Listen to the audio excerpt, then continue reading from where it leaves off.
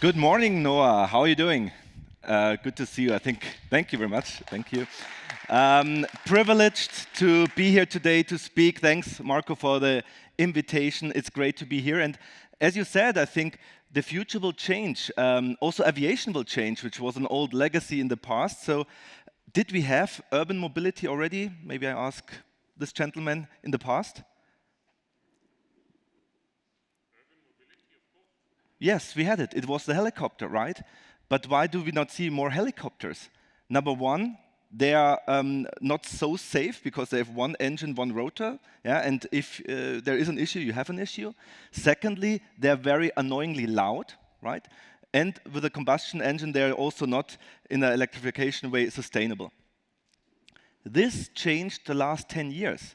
Battery technology is there already now to lift up people, and we've proven that. You see it in the video already 10 years ago. Now the next step was really to bring the authorities to the next step to believe that electric aviation can work, is safe, and also can be commercialized. And this happened the last year, and I think Volocopter has been now quite bold as a German company, which tends to be conservative, to say, look, we will make it until the Paris Olympics in 2024 to fly commercially there. And this is our 10x, this is our North Star, this is our goal, that we will now execute the next 1.5 years. Then, like being here at an airport, I arrived last week at Charles de Gaulle. Yeah, and it's nice to be there, but you need a meeting downtown. You want to be there in an hour, and I nearly didn't get it or get the meeting done because I was stuck in traffic for 1 hour minimum. The second option at Charles de Gaulle is you take those crazy motorbikes, right? I did that once. You are back in the bike and then you're driving through the traffic jam. I arrived sweating. I wasn't feeling good. Not again.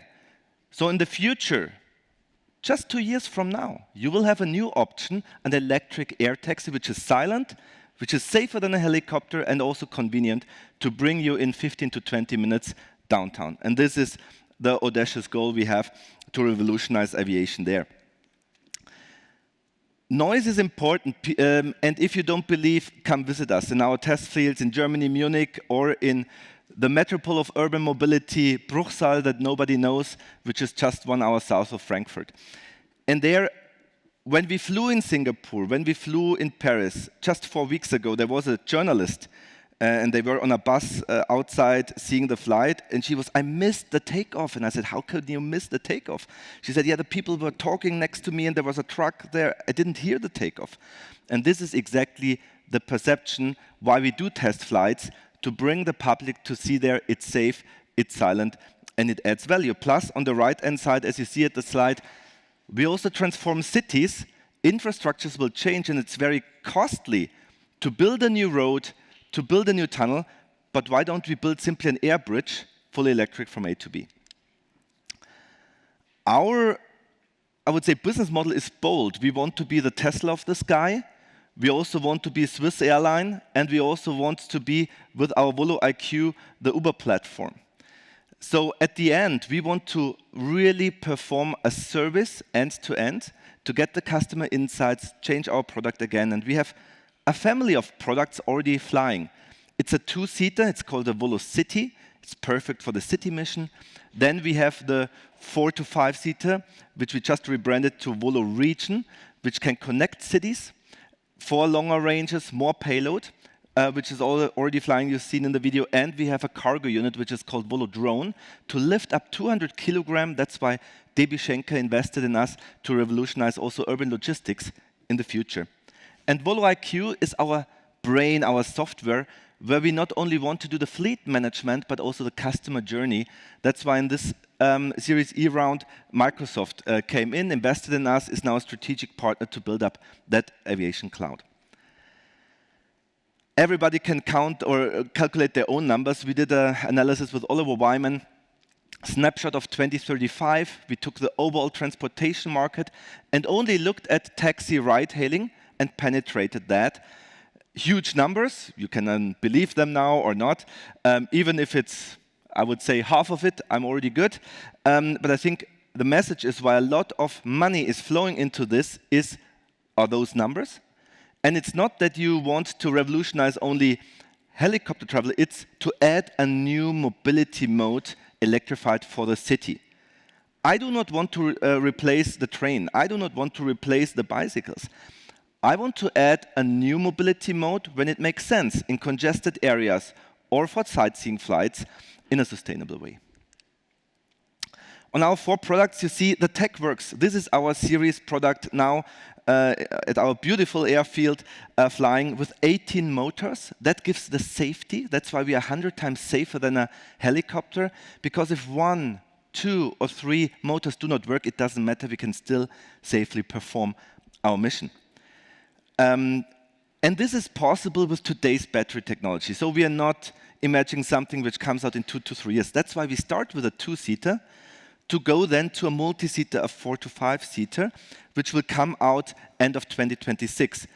This is no renderings, it's test flights in Munich that we do. This is a lift and cruise, so it lifts up vertically and then has 2 pushers to fly forward.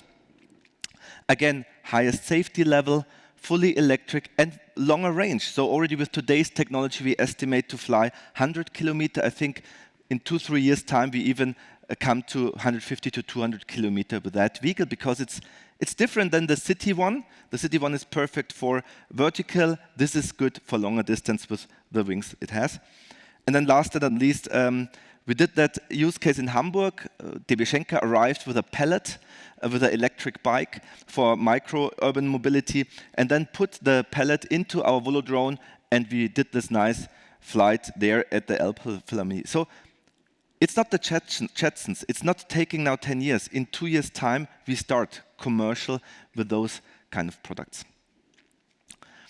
And we are, I think, quite proud that we, as a European company, get recognized everywhere in a positive meaning. So we have performed flights in US, in Oshkosh, in Paris, in Singapore, in Seoul, and we were always welcome to come back. So to say so, we did our job, I think, quite okay.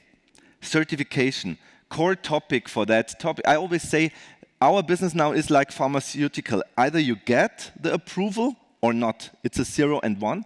That's why we engaged with authorities already 5-6 years ago. So we have a good relationship with the European Aviation Safety Agency, the EASA, that helped us there.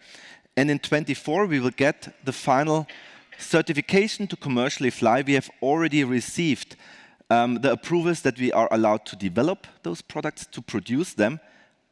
Nobody else in the world has gained those licenses, so we are still the only one, and therefore front-leading globally in bringing this to market. And how are we doing that with the markets? It's really entering the cities. I have a pipeline of a lot of cities, but the first ones will be Paris. We have binding agreements. It's Rome, it's Singapore, and now the high-tech renewable city NEOM invested in us, and also we built up a joint venture there, and we are also having partnerships already performed in China. Paris, we just tested 4 weeks ago, and we even did one step further on the ecosystem and operation. So you see the right image. So a nice colleague of mine, he checked in via our app, then got confirmation. Then what you do then in your profile, we do a face scan, and we integrated the state-of-the-art airport software now already and hardware with us. So we can now seamlessly do a check-in at the airport with our Volo IQ software. So not only thinking about the product, but also about the seamless customer journey. And we did the same thing in Rome. Also, Rome Airport built an own test airport next to the Roma Fiumicino. So the good thing is there, Atlantia, Benetton families invested in us. They own the airport of Rome. So for us, quite a home run and a nice project. We're 650 people right now. And also, as all young companies here, obviously raising money. We just closed 4 weeks ago a big amount from /PIF NEOM, who invested in us 175 million in GLY Capital. We have, I would say, a good investor base already with Mercedes, with DB Schenker, with BlackRock, which came in Series D. But we are open for more. This is a capital-intensive business. And if you want to be part of the #1 who makes it happen in 2024, come join us. Thank you very much.